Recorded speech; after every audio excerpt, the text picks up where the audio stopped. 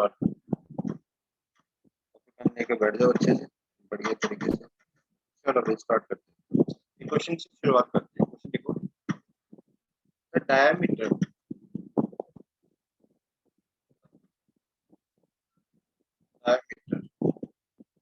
of a bubble at the surface of a lake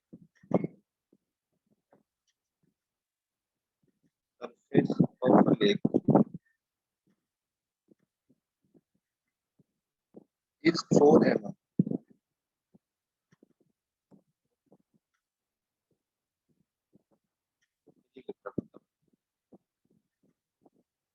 And at the bottom of the lake, and at the bottom of the lake,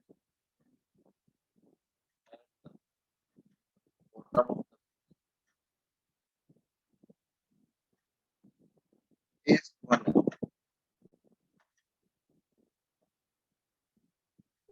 If atmospheric pressure is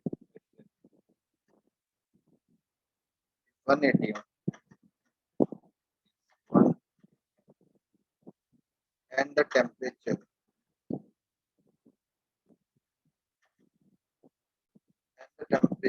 of lake water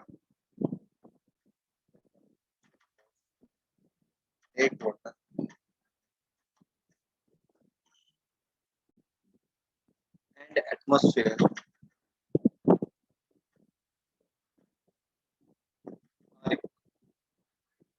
are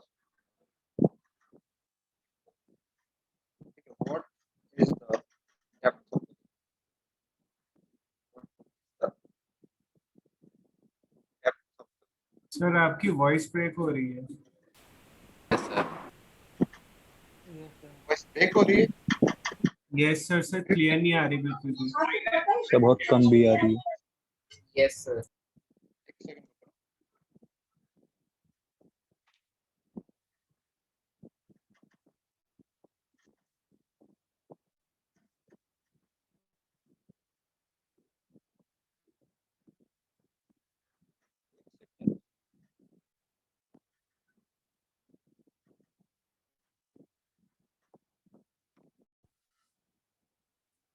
hello everyone, अभी आ रही है बस सही?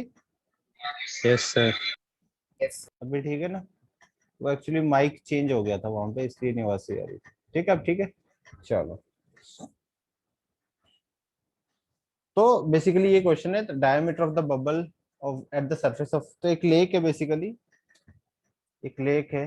इस ये मानो surface है, ये लेक है, ये लेक का सरफेस है, ये पूरी लेक है।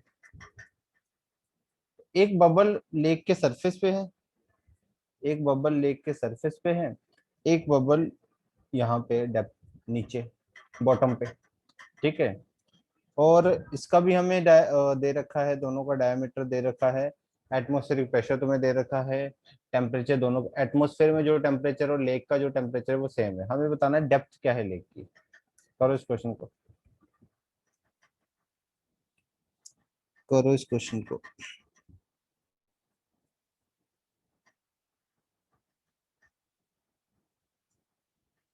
हो जाए तो हैंड रेस करके बताना आंसर।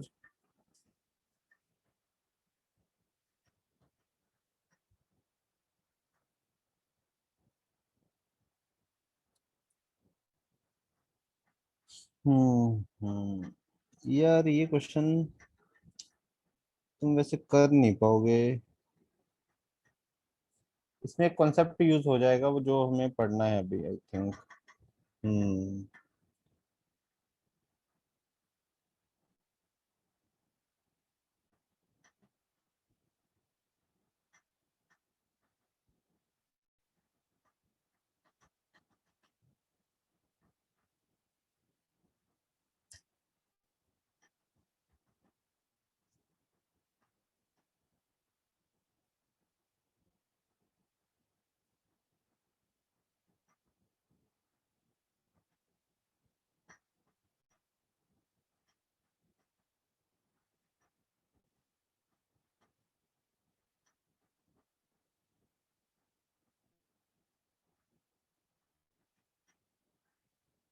ठीक है, इसको अभी रहने दो, शायद तुम कर ना पाओ। इस क्वेश्चन को पेंडिंग रखो अभी, एक कॉन्सेप्ट पढ़ लेते हैं, फिर इस क्वेश्चन को ट्राई Yes, करते हैं, ठीक है? तो चलो स्टार्ट, एक सेकंड रुकना जस्ट।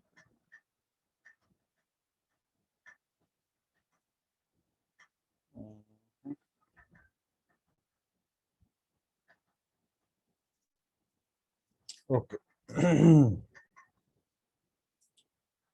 तो यहाँ पे हम सबसे पहले जो बैरोमीटर वाला तो पूरा कॉन्सेप्ट हो गया अपना। इसमें हमें कुछ लॉज पढ़ने हैं, गैस लॉज पढ़ने हैं कुछ। हेडिंग डालो गैस लॉज।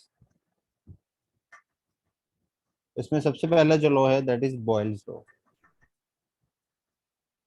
और ये क्वेश्चन बॉयल्स लॉ के बेसिस पे था actually,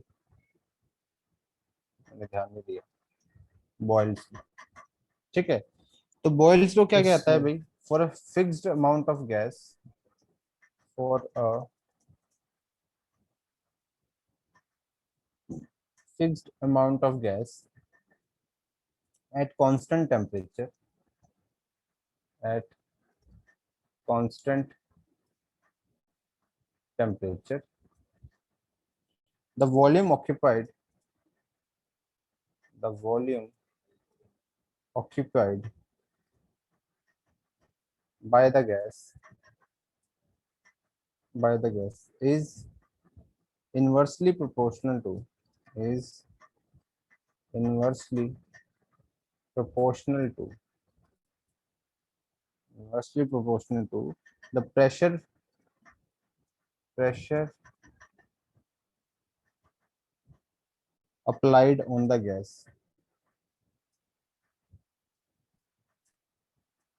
pressure applied on the gas, या फिर सीधा क्या बोल सकते हैं, pressure of the gas, pressure of the gas.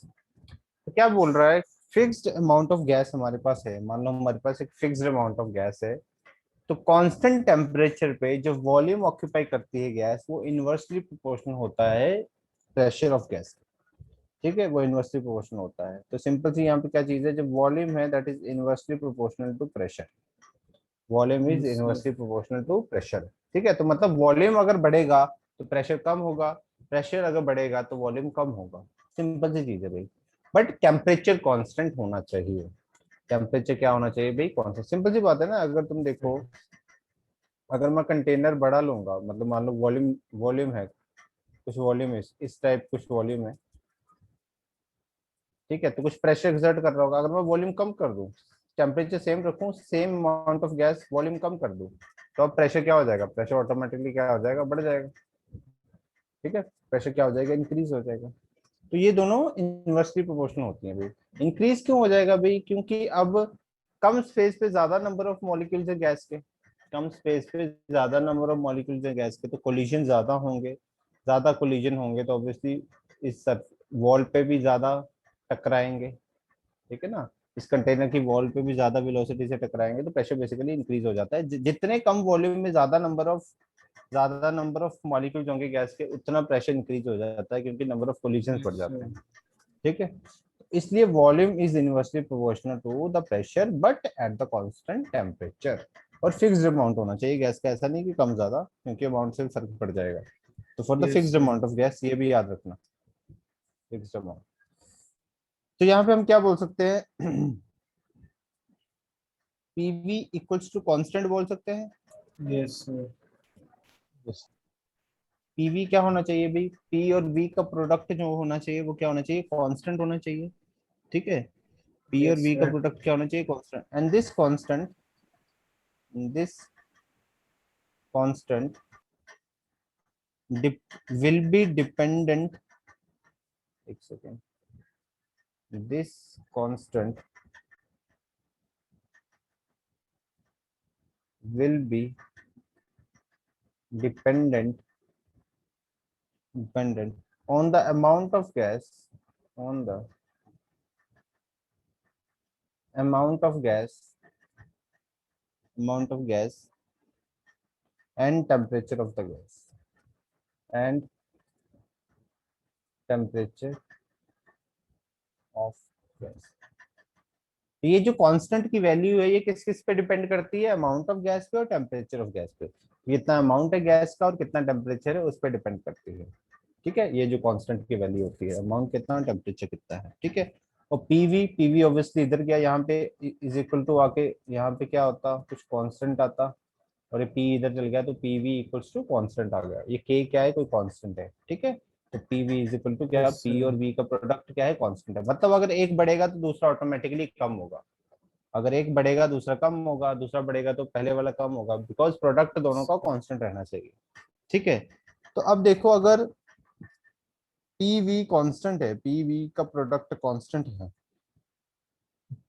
तो हम क्या बोल सकते हैं, P1V1 इक्वल्स टू P2V2। ये बहुत सुना होगा तुमने पहले भी, P1V1 इक्वल्स टू P2V2। ठीक है Yes, ना, sir.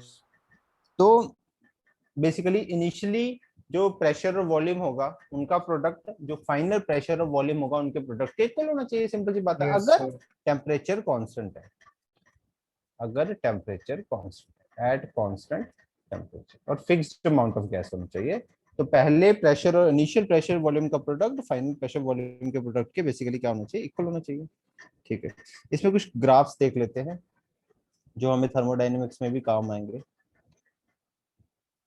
ओके, तो फॉर एग्जांपल मैं पी और वी का ग्राफ बनाऊं तो किस तरीके का ग्राफ आना चाहिए, बताओ भाई। Sir, ऊपर से नीचे तक. Rectangular hyperbola, sir rectangular hyperbola. Rectangular hyperbola बनना चाहिए, Yes, बिकॉज sir. इस टाइप के इक्वेशन के लिए जो ग्राफ बनता है दैट इज रेक्टेंगुलर हाइपरबोला। ठीक है, Yes, तो sir. यहाँ पे बेसिकली इस तरीके का रेक्टेंगुलर हाइपरबोला बन जाएगा। तो ठीक है, तो यहाँ पे सिंपल सा देख सकते हो, मान लो यहाँ पे एक मैं प्रेशर लेता हूँ, इसके कोरस्पॉन्डिंग यहाँ पे एक वॉल्यूम है, this is the pressure P1, this is the volume V1। मैं यहाँ पे कुछ अब लेता हूँ यहाँ पे, तो this is the pressure P2 and this is the volume V2। तो ध्यान से तुम देख सकते हो, जब वॉल्यूम V1 है प्रेशर P1 है, जैसे वॉल्यूम कम हुआ तो प्रेशर बढ़ गया, वॉल्यूम V1 से V2 आ यस तो सर। प्रेशर क्या हो गया, बढ़ गया। ठीक है, तो इस तरीके का देखने को मिलेगा। ठीक है, और भी इसके ग्राफ्स होते हैं, जैसे मान लो मैं ग्राफ बनाऊं अगर Temperature. पीवी, पीवी का ग्राफ बनाऊं अगर मैं वी के साथ, पीवी का ग्राफ अगर वी के साथ बनाऊं तो क्या होना चाहिए बताओ। Sir, constant. पीवी मतलब पी और वी का प्रोडक्ट कांस्टेंट ऑब्वियसली, क्योंकि ये प्रोडक्ट जो है वो हमेशा कांस्टेंट रहेगा, ये चेंज नहीं होना चाहिए, चेंज नहीं होना चाहिए, तो ऑब्वियसली चेंज नहीं होगा तो ये हमेशा क्या रहेगा, कांस्टेंट, बिल्कुल straight line parallel to the x axis आ जाएगा। Sir, ठीक PV है, versus P का बनाए तो. पीवी वैसे वो भी कांस्टेंट ही आना चाहिए, वो भी कांस्टेंट। Okay, sir. ठीक है, ओके, मान लो अब ग्राफ बनाते हैं pressure versus volume, pressure versus volume. यहाँ पे मैंने वॉल्यूम लिया है डेसीमीटर क्यूब में, डेसीमीटर क्यूब में, प्रेशर यहाँ पे लिया है बार में। ठीक है, अब यहाँ पे जो ग्राफ आएगा वो इस तरीके से कुछ देखने को मिल रहे हैं, वो बताता हूँ मैं कैसे कैसे क्या चेंज हो रहा है। ये क्या है बेसिकली, आइसोथर्म्स, इसको हम क्या बोलते हैं, आइसोथर्म्स। आइसोथर्म्स मतलब कांस्टेंट टेम्परेचर पे जो, थर्म्स मतलब टेम्परेचर। ये क्या है 600 केल्विन पे, ये लगाई है मैंने 400 केल्विन पे, और ये मैंने 200 केल्विन पे। तो जैसे जैसे टेम्परेचर हम इंक्रीज कर रहे हैं ग्राफ इस तरफ शिफ्ट हो रहा है, ग्राफ क्या हो रहा है, इस तरफ शिफ्ट हो रहा है। यहाँ से हमें क्या पता चल रहा है, देखो इस पर्टिकुलर ग्राफ के हिसाब से देखें, जब मैंने 200 केल्विन पे ये ग्राफ ड्रॉ किया, मतलब पूरे प्रोसेस के दौरान 200 केल्विन टेम्परेचर रखा और ग्राफ ड्रॉ किया, तो इतने प्रेशर पे बेसिकली इतने इतने वॉल्यूम पे मेरे को इतना प्रेशर देखने को मिला। सेम अगर मैं 400 केल्विन पे जब मैंने ड्रॉ किया तो ये 400 केल्विन जब मैंने ड्रॉ किया तो ये सेम प्रेशर मेरे को ज्यादा वॉल्यूम, मतलब सेम प्रेशर पे ज्यादा वॉल्यूम था। Yes, sir. ठीक है, सेम जब ग्राफ मैंने ज्यादा टेम्परेचर पे ड्रॉ किया तो सेम प्रेशर ज्यादा वॉल्यूम पे, तो दैट मींस यहाँ पे हमें क्या देखने को मिल रहा है कि टेम्परेचर इंक्रीज करने पे उसी सेम प्रेशर पे Volume. जो गैस है वो ज्यादा वॉल्यूम ऑक्यूपाई करेगी, वो क्या करेगी, ज्यादा वॉल्यूम ऑक्यूपाई करेगी। Yes. आगे अगर तुम यहाँ पे देख लियो तो सेम प्रेशर पे ये और ज्यादा वॉल्यूम ऑक्यूपाई कर रहा है, और ज्यादा वॉल्यूम ऑक्यूपाई कर रहा है। और ऑब्वियसली ये कॉमन सेंस भी है, क्योंकि अगर तुम टेम्परेचर बढ़ाओगे तो गैस मॉलिक्यूल्स की काइनेटिक एनर्जी बढ़ेगी। अगर उनकी काइनेटिक एनर्जी बढ़ेगी तो वो दूर दूर जाना चाहेंगे। वो क्या करना चाहेंगे? दूर दूर जाना चाहेंगे। और जितना वो दूर दूर जाने की कोशिश करेंगे उतना वॉल्यूम को वो क्या करेंगे? इंक्रीज करेंगे। ठीक है, Yes. ओके। एक और इसका लास्ट ग्राफ देख लेते हैं। प्रेशर वर्सेस 1/V का ग्राफ है। क्या आना चाहिए प्रेशर वर्सेस 1/V का? हम्म, किस तरह का ग्राफ होना चाहिए? देखो भाई, सर स्लो। प्रेशर P क्या है? K/V। तो P वर्सेस 1/V कौन सी इक्वेशन है? y equals mx plus c वाली तो है। This is yes y, sir. This is 1/V this time. Straight line. This 1/V is x axis, और ये k क्या है? साथ में स्लोप है, प्लस c इंटरसेप्ट 0 है। इंटरसेप्ट क्या है? 0 है। तो ऑब्वियसली स्ट्रेट लाइन ग्राफ बनेगा। तो स्ट्रेट लाइन ग्राफ Sir. बनेगा तो यहाँ पे इस तरीके का हमें सीधे ग्राफ ऊपर देखने को मिलेगा। origin से ऊपर। ओरिजिन से। yes, sir। ठीक है, अब इसमें भी मान लो ये मैंने T1 टेम्परेचर पे बनाया है, ये आ गया तुम्हारा T2 टेम्परेचर पे, और ये एक आ गया, सॉरी एक सेकेंड, ये आ गया। एक स्ट्रेट लाइन ही है, थोड़ा इससे गड़बड़ हो जाती है पेन टैप से। तो ये T3 टेम्परेचर पे, और ऑब्वियसली ये टेम्परेचर का क्या ऑर्डर होना चाहिए बताओ? टेम्परेचर का क्या ऑर्डर होना चाहिए? कौन सा टेम्परेचर ज्यादा होगा, कौन सा कम होगा? सर T1 पे ज्यादा होगा। नहीं नहीं, T3 T3 टेम्परेचर ज्यादा ज्यादा। होगा। Sir yes sir. T3 ज्यादा होगा। T3 greater than T2 greater than T1। क्यों? फिर से इस टाइप से ड्रॉ करके देख। सर टेम्परेचर बढ़ाने पे 1 भी कम होता है।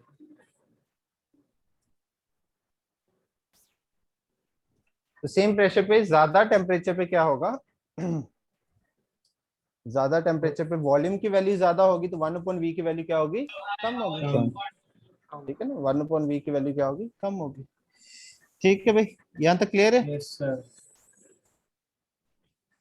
ठीक है, तो ठीक है भाई, इसमें तो बस इतना ही है। तो क्वेश्चन करते हैं, तो अब करोगे वो वाला क्वेश्चन? अब ये क्वेश्चन हो जाएगा, ठीक है? या इससे पहले कोई आसान क्वेश्चन करना? चलो पहले यही कर लो, कोई नहीं, हो जाएगा आराम से, ये भी कोई दिक्कत वाली बात नहीं है। तो पहले लिख लो, अगर लिखने वाला ये वाला लिख लिया था पार्ट पूरा, यस सर। Yes sir. ये भी लिख लो, फिर वो क्वेश्चन करो।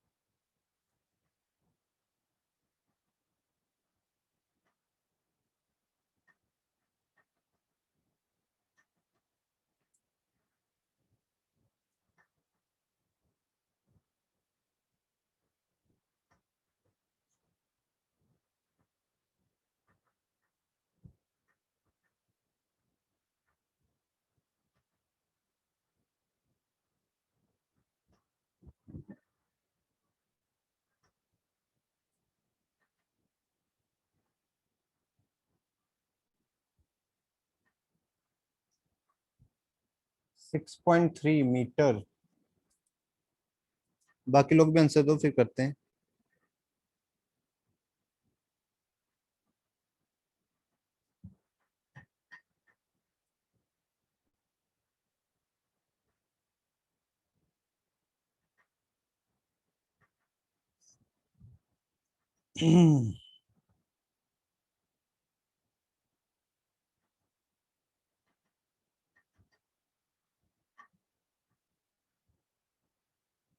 बाकी लोग हुआ answer?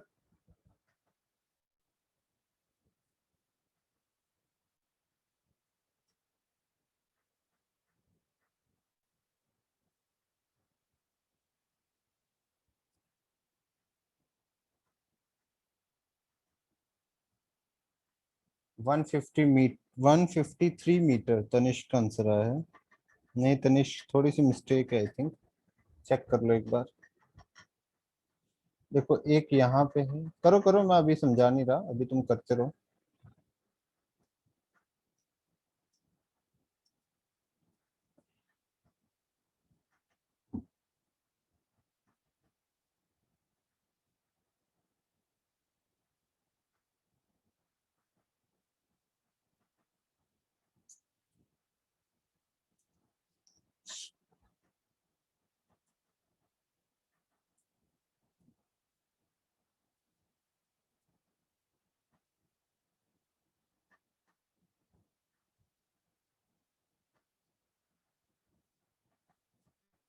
Seventy three metre from श्रेय।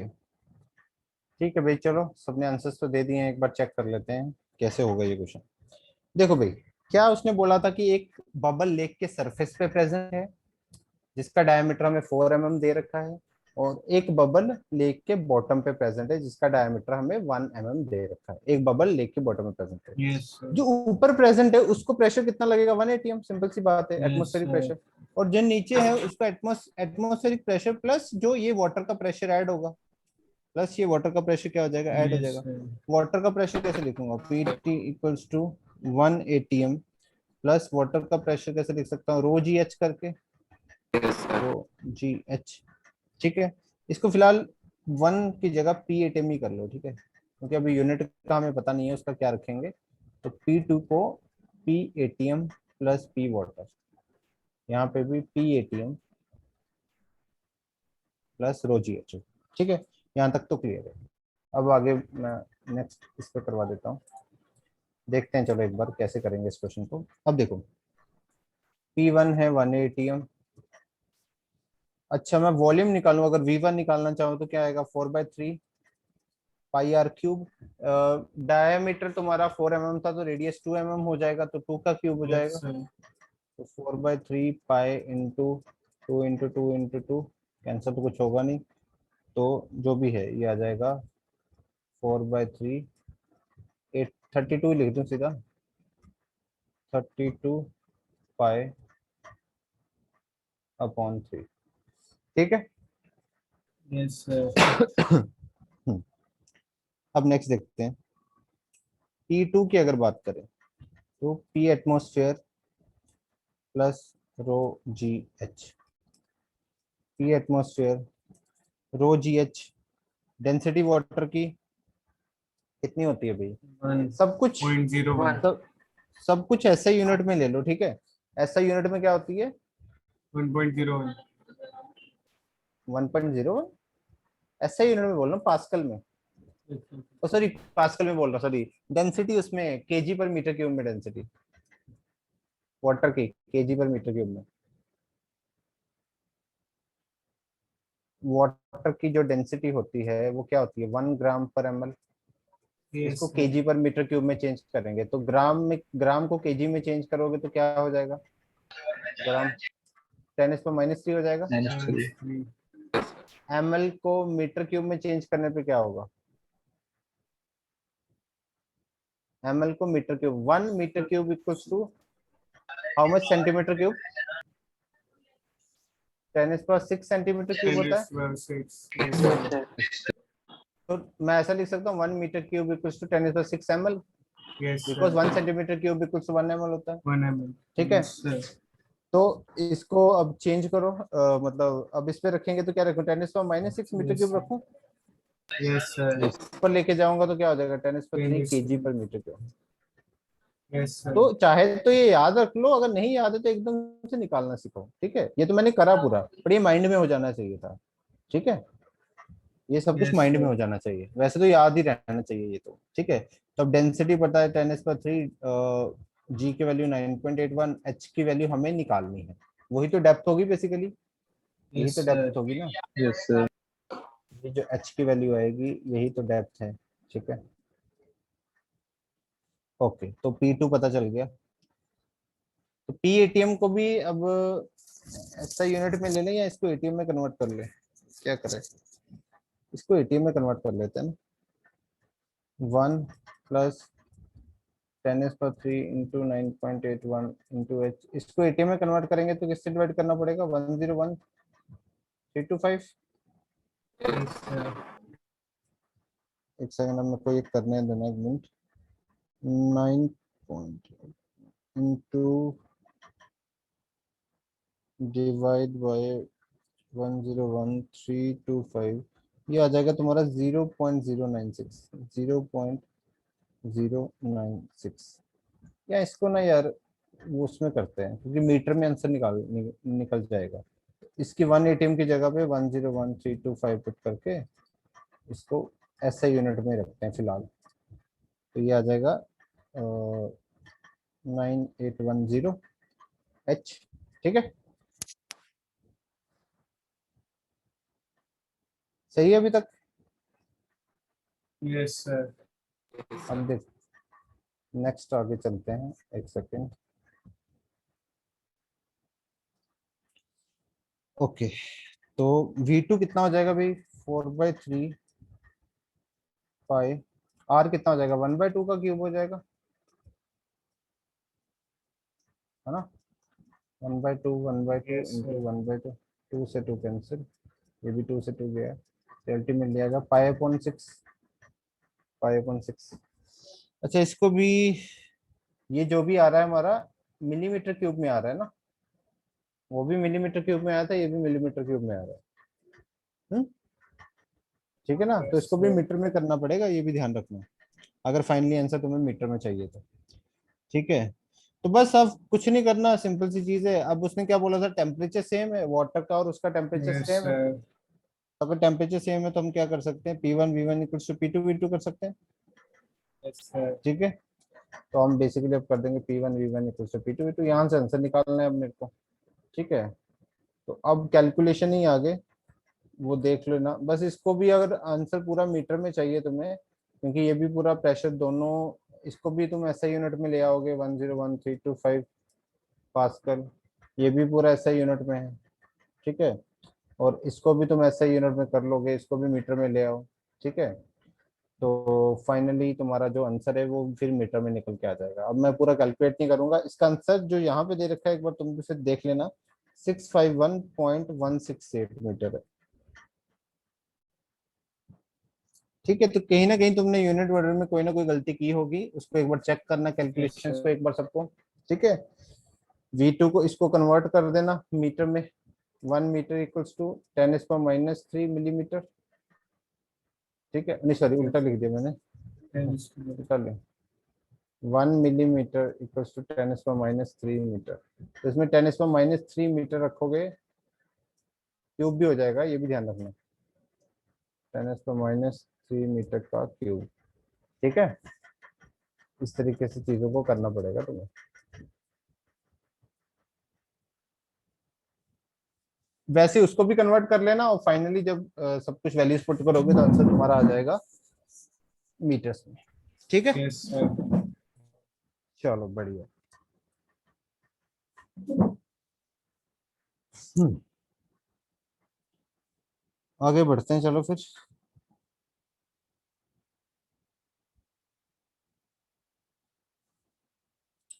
लिखना है तो लिख लो इसको।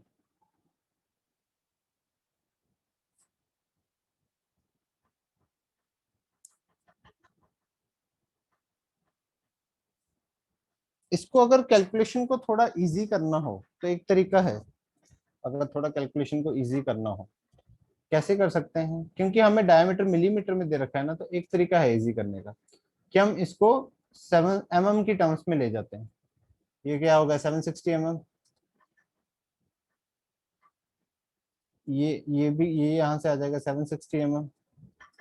इसका तुम्हें निकालना पड़ेगा, ये तुम्हें निकालना पड़ेगा कि उसके टर्म्स में कितना आएगा। समझ रहे हो, मतलब मरकरी की टर्म्स में ये कितना आ जाएगा। ठीक है, तो इसको mm में लेके, मतलब मैं बता रहा हूँ सबको mm में करके, mm ऑफ Hg में लेके यूनिट, और इसको भी mm में रहने देना, इसको भी सबको mm में रहने देना। तो वहां से भी तुम चीजों को कर सकते हो, कैलकुलेशन को थोड़ा आसान बना सकते हो। ठीक है, बाकी ये सब कैलकुलेशन का है सीन, वो देख लेना तुम एक बार घर पे जाके अच्छे से, मतलब अच्छे से एक बार कैलकुलेशन का सीन देख लेना कि आंसर तुम्हारा ये आ रहा है या नहीं आ रहा है। ठीक है, चलो अभी आगे बढ़ते हैं हम। क्लियर है क्वेश्चन, किसी को डाउट इसमें?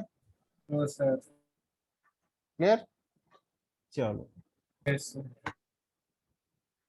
चलो आगे बढ़ते हैं। नेक्स्ट एक और क्वेश्चन करते हैं। क्वेश्चन लिखो।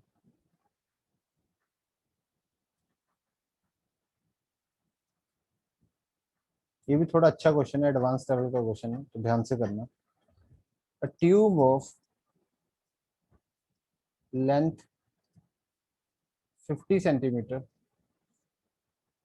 is initially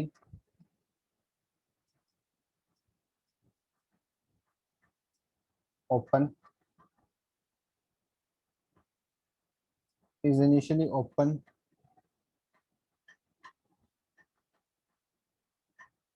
open at a pressure, सीधा open ही लिख लो यहाँ पे, is open. This tube is this tube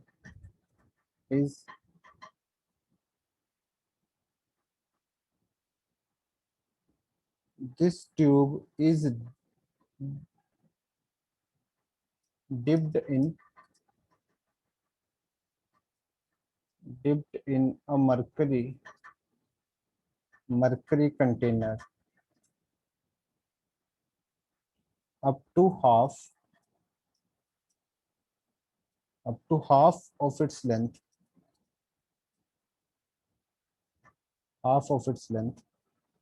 find the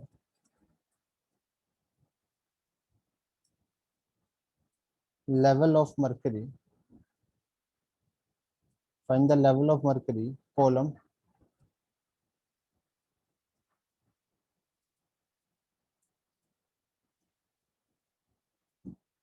inside the tube. Find the level of mercury column inside the tube. ठीक है, ये फाइंड करना है। समझ के बात को? अब देखो मैं एक बार Yes, क्वेश्चन फिर sir. से तुम्हें एक्सप्लेन कर देता हूँ। एक ट्यूब है जिसकी लेंथ 50 सेंटीमीटर है। ठीक है, तो मान लो इस तरह से कोई ट्यूब है, इसकी पूरी लेंथ 50 सेंटीमीटर। तो इनिशियली यहाँ पे जो प्रेशर लग रहा है that is atmospheric pressure obviously, क्योंकि ओपन है ना, इसने बोला क्या ओपन है, तो एटमॉस्फेरिक प्रेशर यहाँ पे मान लेना 75 सेंटीमीटर। ठीक है, मैं गिवन दे रहा हूँ क्वेश्चन में, 75 मान लेना, 75 सेंटीमीटर ऑफ Hg। ठीक है, टोटल इसकी लेंथ 50 सेंटीमीटर दे रखी है। अब उसने क्या पूछा है कि इसको अगर मैं डिप कर दूं एक मरकरी कंटेनर में, तो एक मरकरी का कंटेनर है। ठीक है, तो इसको मैं इसमें डिप, कितना डिप करना है, हाफ डिप कर देना। ठीक है, फॉर एग्जांपल हाफ डिप कर दिया मैंने। ठीक है, अब इसने क्या बोला है, हाफ डिप कर, अगर हाफ डिप कर दिया तो ये जो लेंथ है ये कितनी होगी, 25 सेंटीमीटर। ठीक है ना, ये लेंथ Yes, कितनी sir. होगी 20, क्योंकि हाफ Yes. टोटल 50 थी, तो हाफ डिप कर दिया, ये 25 सेंटीमीटर लेंथ होगी। अब उसने क्वेश्चन पूछा है what, find the level of the mercury column inside the tube. तो यहाँ पे कुछ लेवल होगा मरकरी कॉलम का, सपोजिंगली इतना है, हमें नहीं पता कितना है, इतना है, हमने वो उसको एल एज्यूम कर लिया, उस लेवल को हमने क्या एज्यूम कर लिया, एल। ठीक है, अब इस एल की वैल्यू निकालनी है, मतलब ये लेवल ऑफ मरकरी Yes, कितना था इस sir. ट्यूब में, इसकी वैल्यू निकालनी है। अब करो क्वेश्चन। ठीक है, क्वेश्चन मैंने समझा दिया पूरे अच्छे से, अब करो।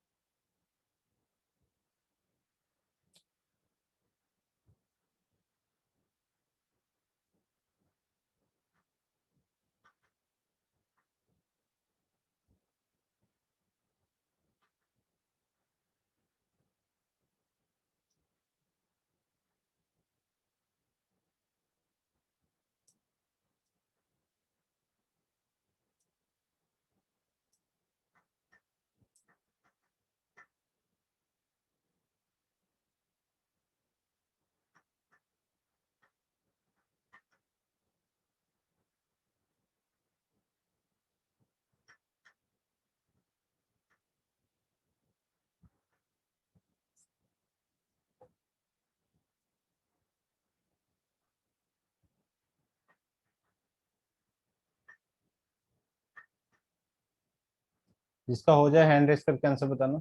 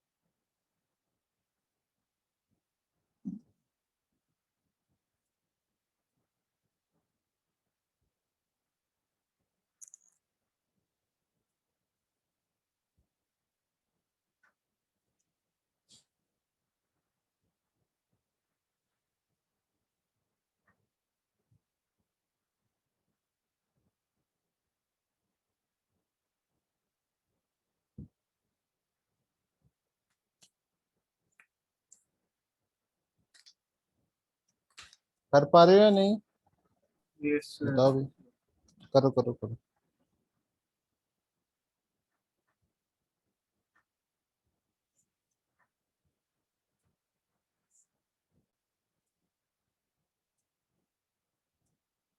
Twenty 25 centimetre.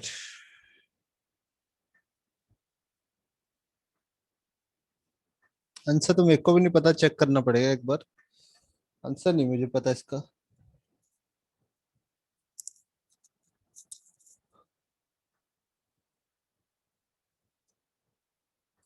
Sir, 24.438. 24.438। आंसर तो देखो नहीं पता, पर चलो कैलकुलेट कर लेना तुम एक बार। कैलकुलेटर से कैलकुलेट कर लेना, चीजें क्लियर हो जाएंगी अपने आप, सही आंसर है गलत है। बट एक बार देख लेते हैं इसको करेंगे कैसे, वो एक बार सोल्यूशन जरूर देख लेते हैं।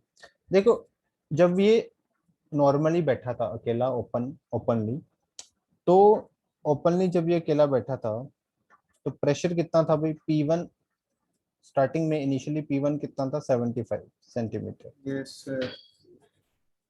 और V1 अगर मैं देखूं, इसका area of cross section A मान लेते हैं, ठीक है। इसका जो area of Yes, cross sir. Section है उसको ए मान लेंगे, तो फिर एरिया कितना आ जाएगा? 50 into A. Area A height, area into height ही होता है ना, वॉल्यूम। वॉल्यूम जो होता है वो एरिया इंटू हाइट होता है, 50 ए मान Yes, लेंगे। sir. ठीक है। फिर P2 की अगर बात करें, अब P2 देखो कैसे निकालना है।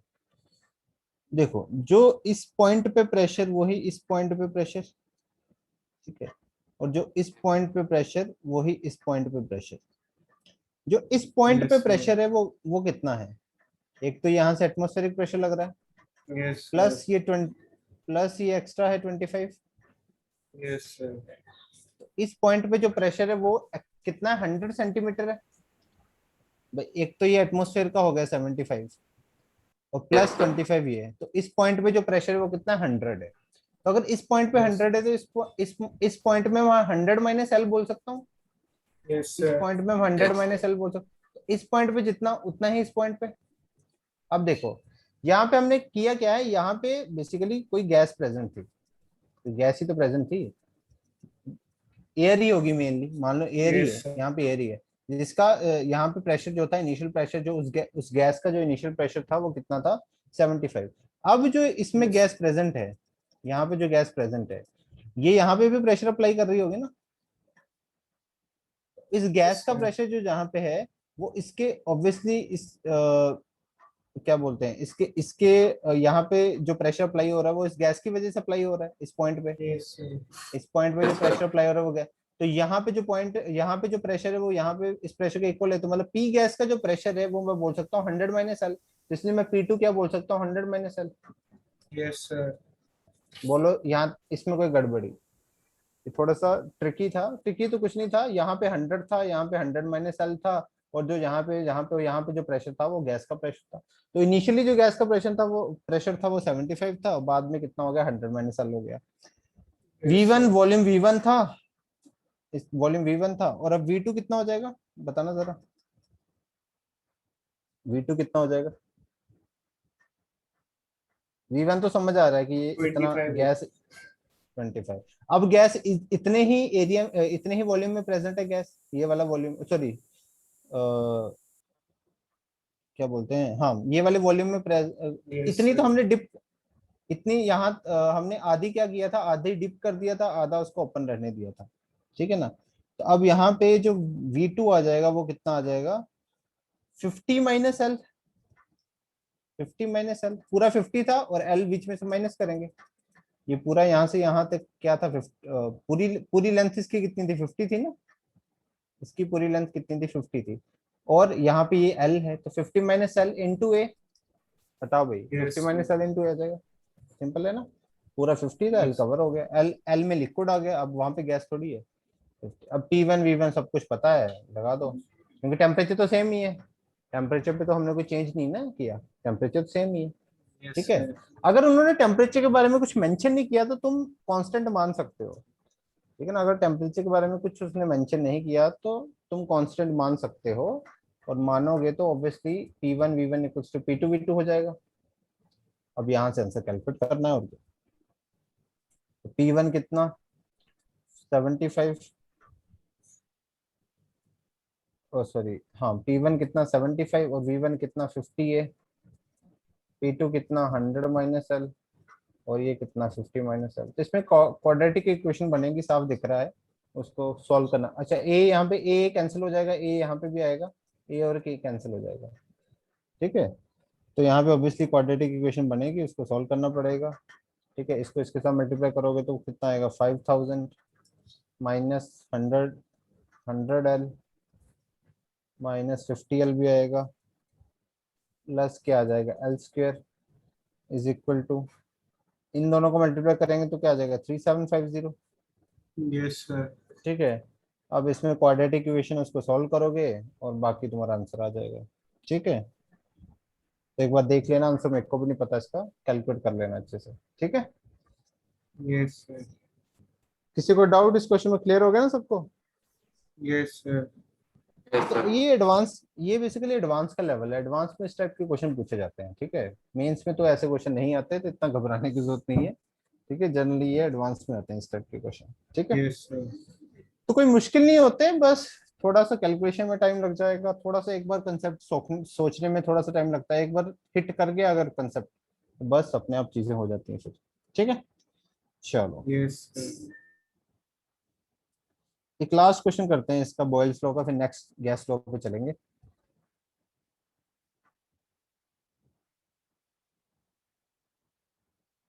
ठीक है, क्वेश्चन इज, क्या हो गया, एक सेकंड, ये हैंग हो गया, आवाज आ रही है मेरी, Yes, sir. ये बोर्ड हैंग क्यों हो गया है, हाँ ठीक है, अब ठीक हो गया, अब ठीक हो गया। तो question is,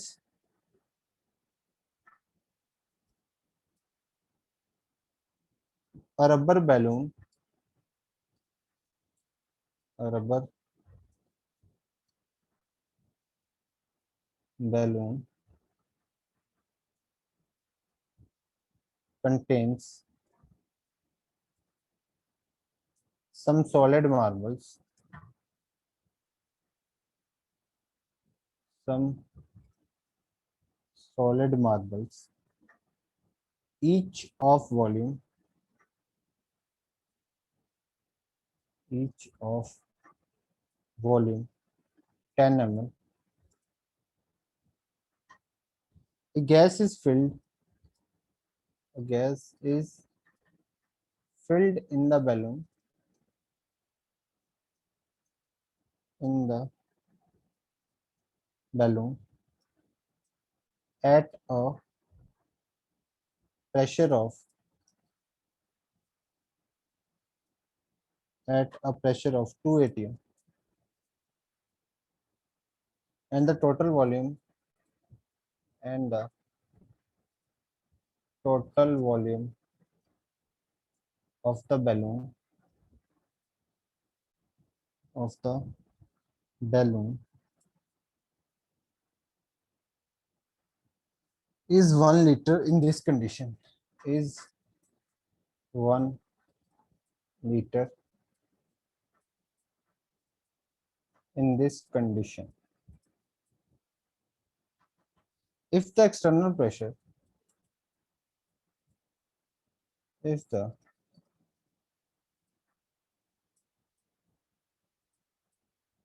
external pressure is increased to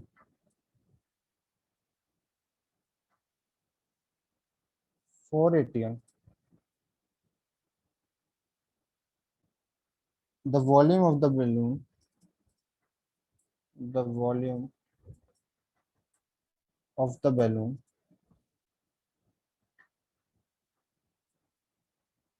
becomes 625 ml, becomes 625 ml.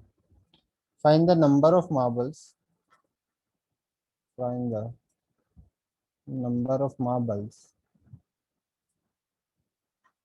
present in the balloon.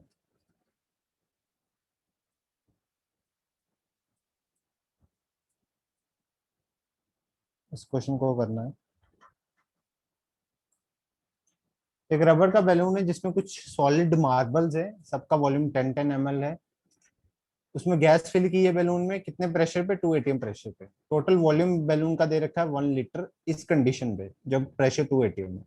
तो अगर एक्सटर्नल प्रेशर हम 4 atm कर दें, एक्सटर्नल प्रेशर इंक्रीज करके 4 atm कर दें, तो वॉल्यूम जो है बैलून का, क्योंकि अगर मैंने प्रेशर बढ़ाया तो ऑब्वियसली वॉल्यूम कम होगा अकॉर्डिंग टू बॉयल्स लॉ, क्योंकि टेम्परेचर तो सेम ही है।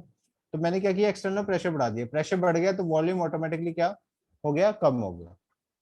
वॉल्यूम कम होकर कितना हो गया, 625 ml हो गया। हमें बताना है उसमें कितनी बैलून में मार्बल्स कितनी प्रेजेंट थी, ये बताना है। करो।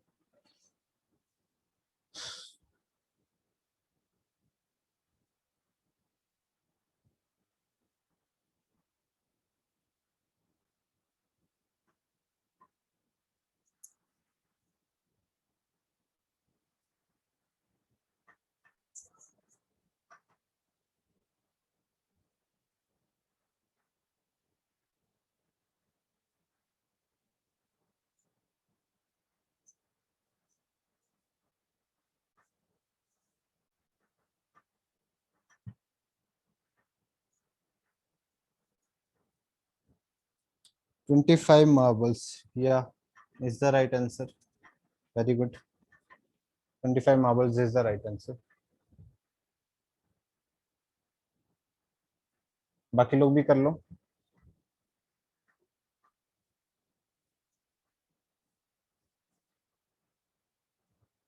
देखो भाई, सिंपल है क्वेश्चन। लेट कर लो, नंबर ऑफ मार्बल्स n है। Let the number of marbles, number of marbles कितनी लेट कर लो, n। तो अगर नंबर ऑफ मार्बल्स n है तो वॉल्यूम कितना हो जाएगा मार्बल्स का? 10 10n। वेरी गुड, ठीक है। अब सीधा लगाओ। अब देखो टेम्परेचर तो कांस्टेंट है, ठीक है, टेम्परेचर कांस्टेंट है, अमाउंट ऑफ गैस भी कांस्टेंट है, जितनी फिल कर दी उतनी ही amount of gas Yes, constant sir. है, टेम्परेचर भी कांस्टेंट है। तो that's mean we can apply Boyle's law here, ठीक है, Boyle's law Yes, apply sir. कर सकते हैं। तो बॉयल्स लॉ के अकॉर्डिंग क्या है, P1 V1 equals to P2 V2। Pressure पहले कितना है भाई, सिंपल सी बात है, प्रेशर पहले था तुम्हारा 2 atm, हाँ, और वॉल्यूम Yes, कितना था, 1 लीटर। later. बट अब देखो इसने वॉल्यूम क्या बोला है, 1 लीटर बैलून का वॉल्यूम बोला है। बैलून का वॉल्यूम कितना है, 1 लीटर वॉल्यूम है। बट बैलून में मार्बल्स भी तो हैं, बैलून में मार्बल्स भी तो प्रेजेंट है, और मार्बल्स जो वॉल्यूम मार्बल्स ने ऑक्यूपाई कर रखा होगा वहां पे गैस तो होगी नहीं। मान लो ये बैलून का इस तरह से साइज है, ये बैलून है, ये इसमें कुछ मार्बल्स भी हैं इस तरीके से, तो जहां पे मार्बल्स है वहां पे गैस तो हो नहीं सकती। तो जो गैस है वो बेसिकली उसका जो, अगर मैं गैस का वॉल्यूम निकालना चाहता हूँ तो मेरे को क्या करना पड़ेगा, जो इसका वॉल्यूम था 1 लीटर था, मतलब 1000 ml मान लूं, तो 1000 माइनस 10n करना पड़ेगा, 1000 माइनस 10n। बोलो। Yes, sir. Yes, sir. ठीक है, ओके। एंड P2 हमारा प्रेशर कितना हो गया था, 4 atm।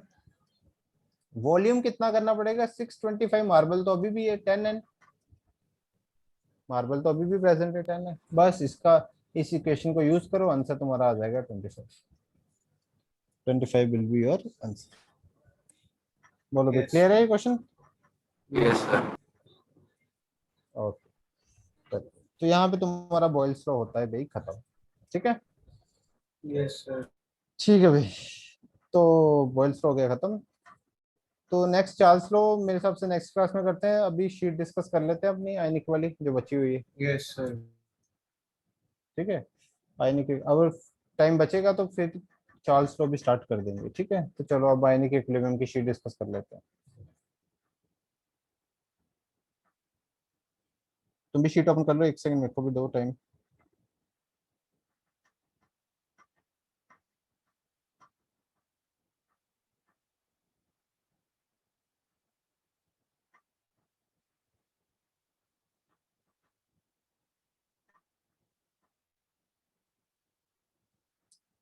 एक्सरसाइज 2 हो गई थी खत्म?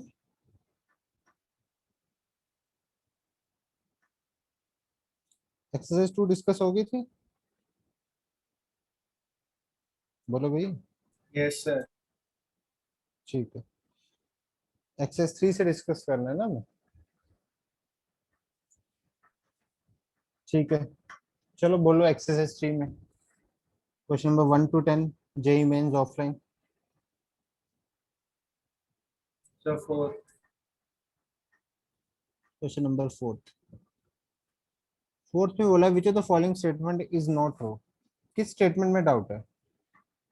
थर्ड स्टेटमेंट तो साफ ही दिख रहा है ना, 10⁻8 ml HCl की 8 तो हो ही नहीं सकती, So उसकी 6 fourth वाला पॉइंट कुछ बता होती दो, है। fourth. So fourth में फोर्थ fourth. वाला पॉइंट, फोर्थ में बोला है निक्स को electricity when pass through copper sulphate deposit 1 gram equivalent. ओहो, ये तो उसका इलेक्ट्रोकेमिस्ट्री का है।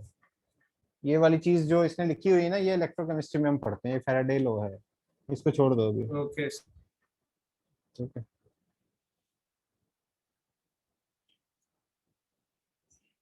हाँ बोलो और बोलो 10 तक और कोई question? So 5. 5? Yes, sir. 5 when rain is accompanied by a thunderstorm, the collected rain water will have a pH value.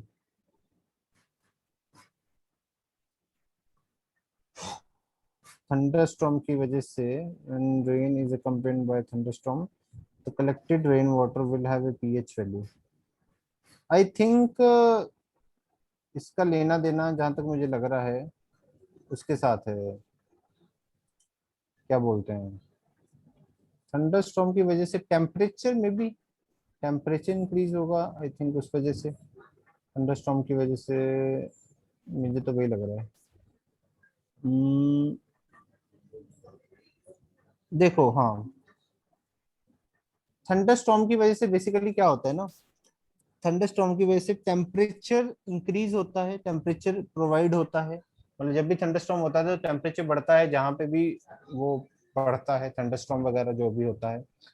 तो टेम्परेचर इंक्रीज होने की वजह से क्या होता है ना, एसिडिक ऑक्साइड फॉर्म हो जाता है। मान लो हवा में नाइट्रोजन है, तो हवा में अगर नाइट्रोजन होगी तो वो ऑक्सीजन के साथ कंबाइन करके, अब ये नॉर्मल कंडीशन में कंबाइन नहीं हो पाती, बट Yes, अगर sir. मैं थंडरस्टॉर्म आएगा तो हीट प्रोवाइड करूंगा तो ये NO2 या NO या कुछ ऐसा ऑक्साइड फॉर्म कर देगी नाइट्रोजन के। ठीक है, या Yes, सल्फर अगर sir. मान लो प्रेजेंट है अगर एटमोस्फेयर में, तो सल्फर का ऑक्साइड बन जाएगा, मतलब एसिडिक ऑक्साइड फॉर्म कर देती है। और जब रेन होगी तो वो एसिडिक ऑक्साइड पानी के साथ मिलके एसिड फॉर्म कर देंगे। ठीक है, जैसे NO2 अगर पानी के साथ मिल जाए तो ये HNO3 प्लस HNO2 फॉर्म कर लेता है, तो नाइट्रिक एसिड नाइट्रस एसिड बन जाता है जो कि एसिडिक होता है, जिस वजह से उसकी एसिडिटी बढ़ जाएगी रेन की, मतलब पीएच डिक्रीज हो जाएगी।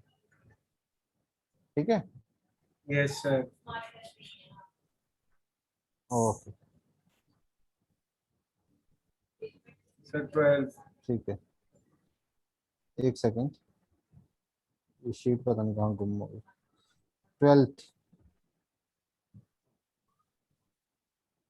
क्वेश्चन नंबर 12th में है, the first and second ionisation constant of an acid दे रखा है, the overall dissociation constant of the acid. क्या करोगे ओवरऑल निकालने के लिए? ओवरऑल निकालने के लिए भी देखो, जैसे फर्स्ट है, फर्स्ट क्या है, H2 है, क्या दिया उसने, HA minus plus H positive, इसका हमें K1 दे रखा है, बहुत बढ़िया चीज है। फिर HA माइनस ने हमें दिया फिर से H positive plus A2 minus, इसका हमें K2 दे रखा है। मेरे को क्या निकालना, ओवरऑल। ओवरऑल निकालने के लिए मैंने दोनों इक्वेशन को ऐड किया, जब मैंने ऐड किया ये यहाँ से ये कैंसिल हो गया, तो फाइनल इक्वेशन क्या आ गई, 2H positive plus A2 minus. ठीक है, तो इसका निकालना है। तो जब भी हम दो इक्वेशन को ऐड करते हैं तो इक्विलिब्रियम कांस्टेंट मल्टीप्लाई हो जाते हैं, Yes, sir. कर दो मल्टीप्लाई। Yes, है? sir. Okay, next question 24. 24। 24 में the pK of the weak acid and the pK of the weak base दे रखा है, the pH of their salt AB। कितना आसान क्वेश्चन है यार ये, सीधा फॉर्मूला लगा दो, दोनों का सॉल्ट बना दिया ना, दोनों वीक, तो जो सॉल्ट बनेगा that will be of weak acid और वीक बेस, है ना। तो इसका पीएच का फॉर्मूला नहीं पता तुम्हें, वीक एसिड और वीक बेस का, वो लगा दो सीधा। Yes, sir. क्या था फॉर्मूला, 1/2 14 माइनस पी के भी, यही होता था क्या? Yes, sir. नहीं नहीं, प्लस पी के minus Plus PK minus PK. Plus P के माइनस पी के। Okay, Yes, sir. Yes, sir. ठीक है। Sir, Next. 21 और बताओ. 21, what is the best description of the change that occurs when Na2O is dissolved in water? देखो Na2O को जब पानी में डिसॉल्व करते हैं तो it is the oxide of sodium, basic oxide है। ये सब वैसे तो इनऑर्गेनिक में पढ़ोगे। बेसिक ऑक्साइड को जब भी हम पानी में मिलाते हैं तो ये क्या फॉर्म करता है, बेस फॉर्म करता है। और जब भी हम एसिडिक ऑक्साइड को पानी में मिलाते हैं वो एक एसिड फॉर्म करता है, जो कि हमने अभी वो वाले क्वेश्चन में देखा था, थंडरस्टॉर्म वाले क्वेश्चन में। तो बेसिक ऑक्साइड को पानी में मिलाएंगे तो ये बेस फॉर्म करेगा, which is NaOH। Yes, sir. ठीक है, तब ये बोल रहा है कि इसमें हुआ क्या है, इस वाले पार्ट में, एक second. So what is the description of the change that occurs when Na2O solid is dissolved in water? तो क्या हुआ है यहाँ पे, ऑक्सीजन की ऑक्सीडेशन स्टेट -2 है यहाँ पे सोडियम की +1 है, -2 है, +1 है।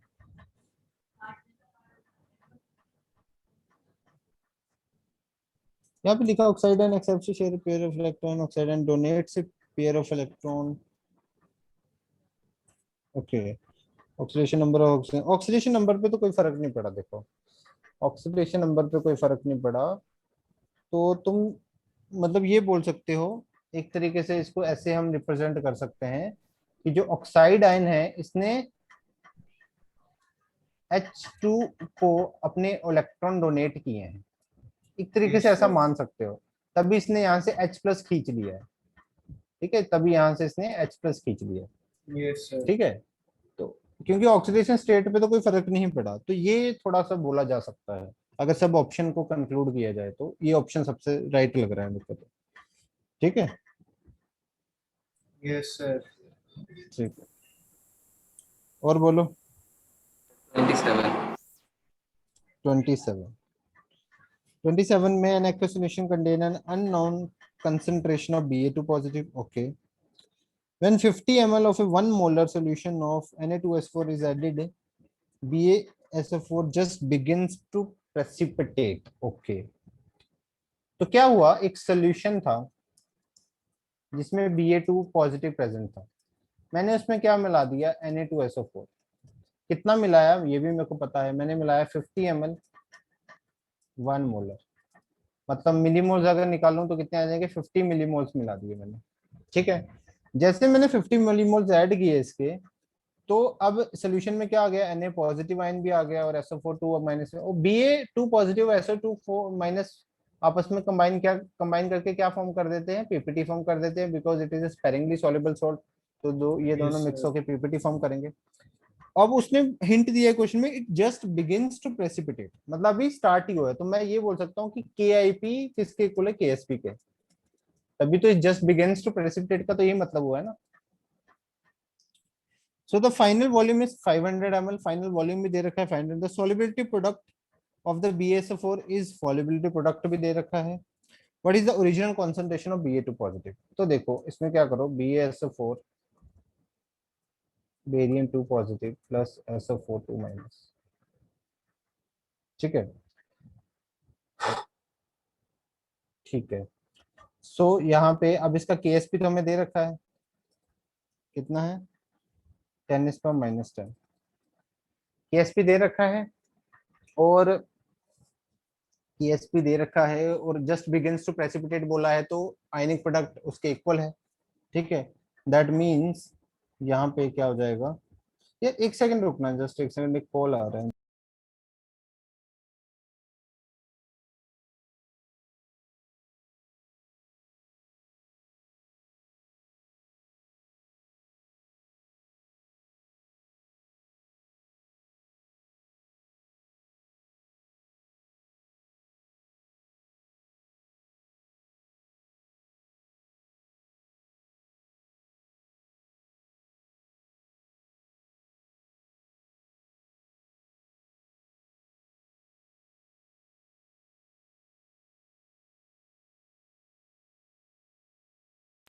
हाँ भाई, तो क्या बात कर रहे थे कि ऑब्वियसली प्रेसिपिटेट होने लग गया है, तो मतलब KIP KSP के इक्वल है।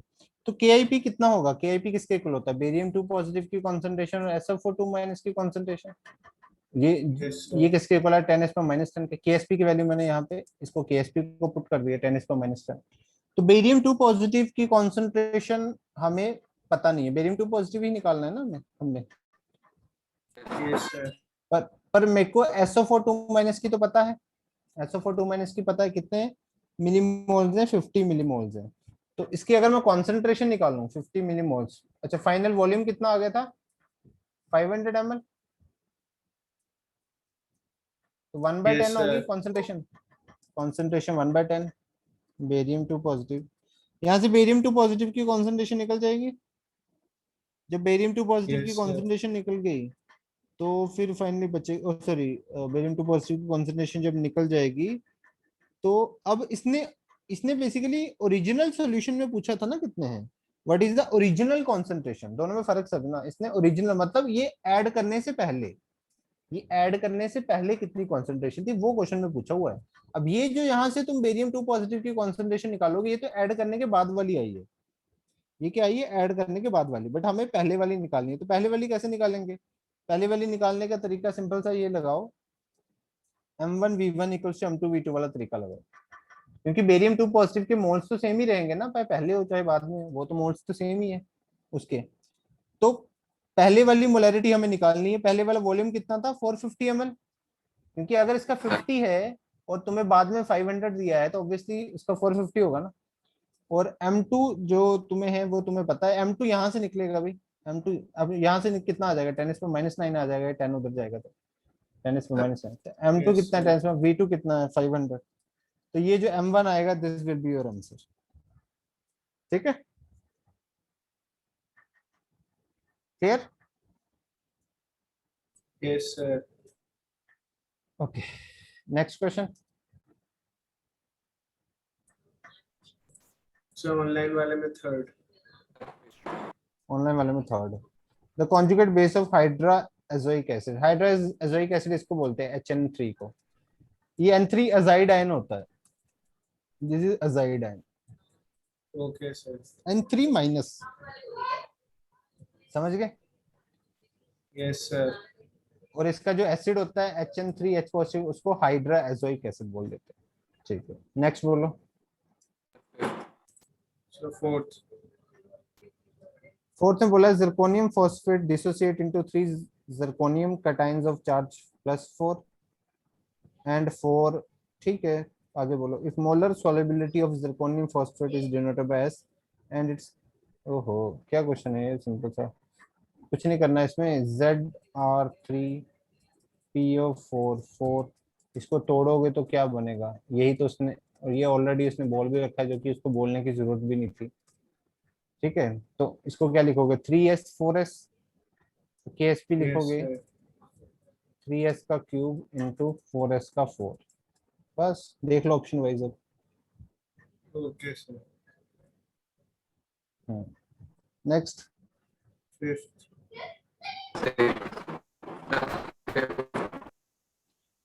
फिफ्थ में बोला है considering the following sequence of the aspartic acid the isoelectric point actually ये बायोमोलिक्यूल्स का है, ये अभी छोड़ दो, बायोमोलिक्यूल्स का क्वेश्चन आ गया बीच में ये गलती से, ये क्योंकि अभी ये मैं बायोमोलिक्यूल्स में हम करवाते हैं, ये वहां पे आता है आइसोइलेक्ट्रिक पॉइंट। ठीक है, aspartic Yes, sir. Acid is amino acid, तुम्हें पता ही होगा, तो ये वहां पे पढ़ाएंगे, अभी रहने दो इसको। ठीक है, और बोलो।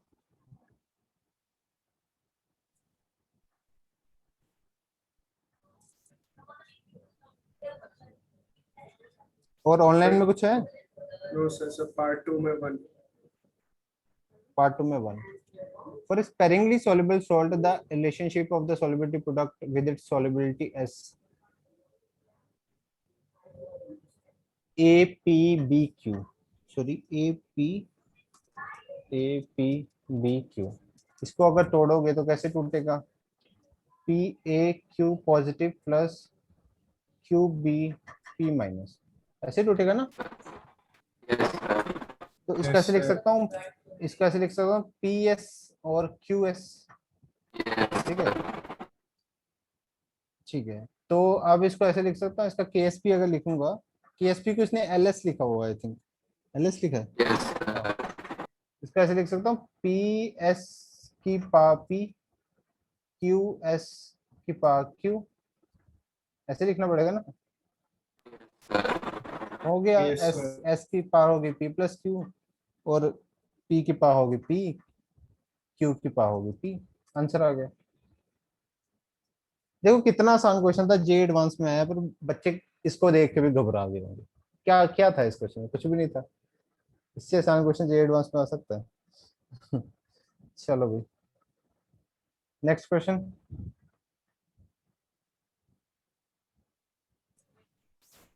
So 3. 3 A weak acid HS has a dissociation question, it forms a salt NaX on reaction with alkali, the percentage is highly 0.1, okay। देखो एक वीक एसिड है HX, उसने एक सॉल्ट फॉर्म किया है NaX, दैट मींस अगर ये weak acid है, अभी स्ट्रॉन्ग इसका, ये ऑब्वियसली इसने NaOH के साथ रिएक्ट करके ये सॉल्ट फॉर्म किया होगा, तो ये जो सॉल्ट है ये मैं बोल सकता हूँ वीक एसिड और स्ट्रॉन्ग बेस का सॉल्ट है, बोल सकता हूँ, समझ आ गए? Yes, अब sir. इसकी इसकी हो सकती है हाइड्रोलिसिस, इसकी हाइड्रोलिसिस करोगे तो किसकी हाइड्रोलिसिस होगी? X माइनस की हाइड्रोलिसिस होगी, Yes, sir. X माइनस, वैसे इस सब की जरूरत ही नहीं है उसने, क्योंकि परसेंटेज हाइड्रोलिसिस निकालने के लिए बोला है, तो तुम पहले तो तुम्हें क्या करना पड़ेगा, weak acid dissociation constant KH की वैल्यू कैसे निकालते हो? KH की वैल्यू कैसे निकालते हो? तुम्हें ये होता है ना KH into KA equals to KW होता है ना? तो KH is equal to KW upon K, मतलब 10⁻⁻14, KA कितना दे रखा है 10⁻⁵, ये आ जाएगा 10⁻⁹। KH आ गया, अब H क्या होता था? Under root KH upon C, बोलो। Yes, sir. तो यहाँ से H निकाल लो और मल्टीप्लाई 100 से कर देना, आंसर आ जाएगा। ठीक है, Yes, sir. Next question.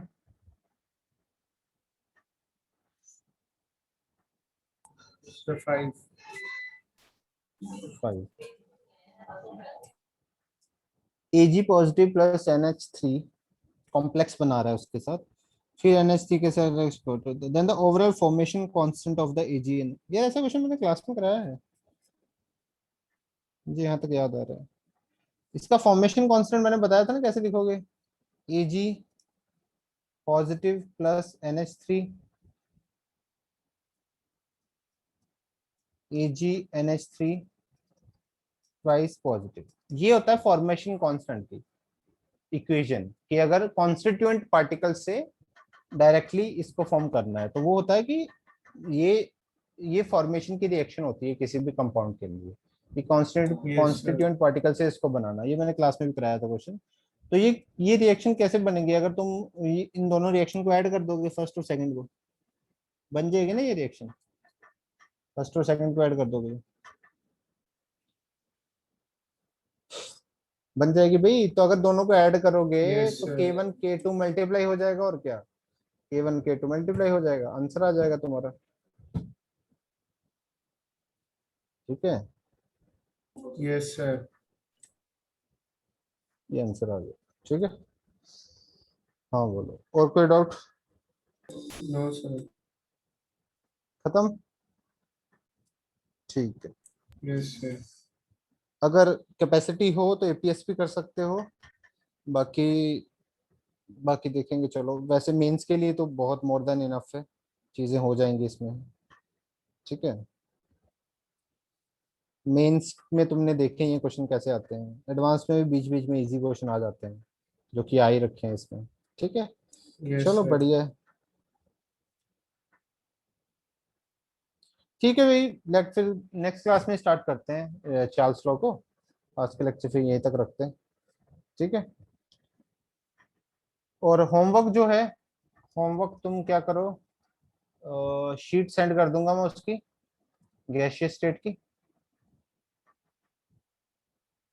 तो उसमें से कर लेना। ठीक है, स्टार्ट एक्सरसाइज 1 करना स्टार्ट कर देना। Yes, sir. ठीक है, ओके, चलो ठीक है, फिर आज का लेक्चर यहीं तक रखते हैं, फिर मिलते हैं नेक्स्ट लेक्चर में। तब तक के लिए bye bye. Yes, sir. Okay, bye bye.